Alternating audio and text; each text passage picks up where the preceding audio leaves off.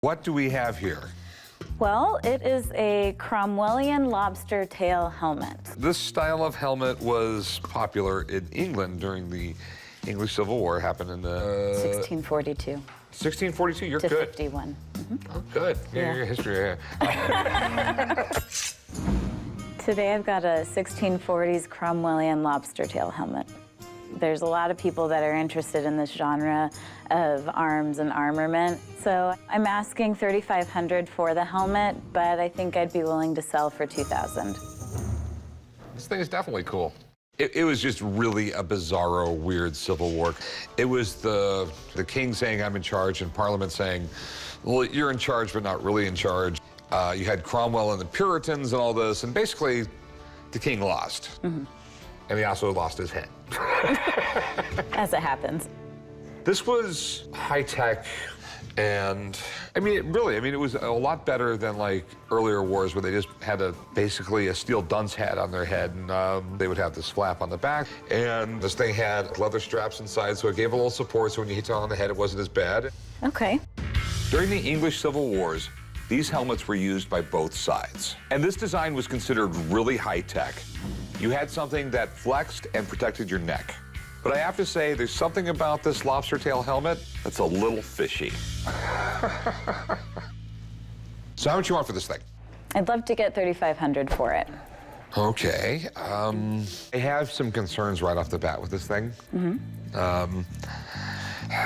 The reason why it was called a lobster tail helmet was because this flexed like a lobster tail. This is all one piece. And that really concerns me. Do you mind if I have someone look at it? Sure. Okay. If you can hang out for a little bit, I'm going to go call somebody and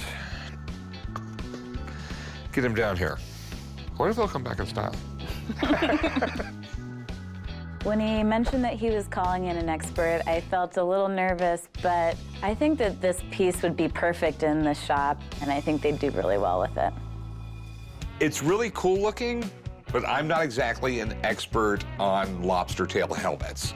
So I'm calling in my friend Alex, who will know all about this. Ah, the lobster tail pot helmet.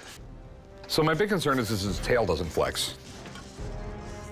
Okay, well, this is Cromwellian.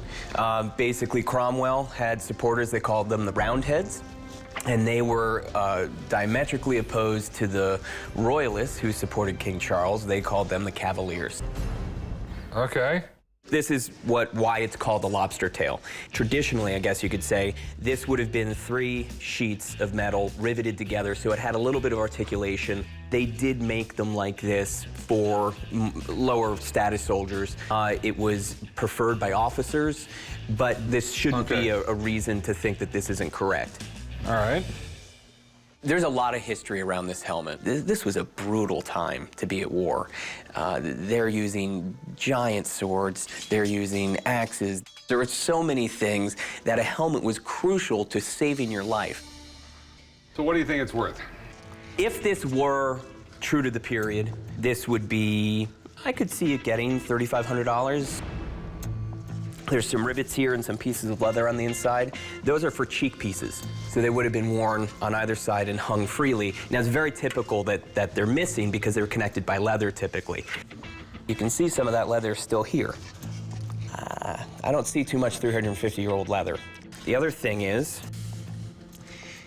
it's really light. This wouldn't have been worn in the battle. There's just no way that this would have stopped a blow from a broadsword. I would think that it's actually a Victorian copy. As a Victorian copy, a couple $100. Thanks, man. I appreciate it. You're welcome. I'm really sorry. No worries. I'd give you $50 for it. Yeah, no, at that price, I think I'll just keep it. Okay, I understand. Like I said, it happens. What are you gonna do? Thanks so much. You too. Bye-bye. Bye. For $50, I think I'll just go ahead and take it home and enjoy it while watching my favorite British movie with some wine or something.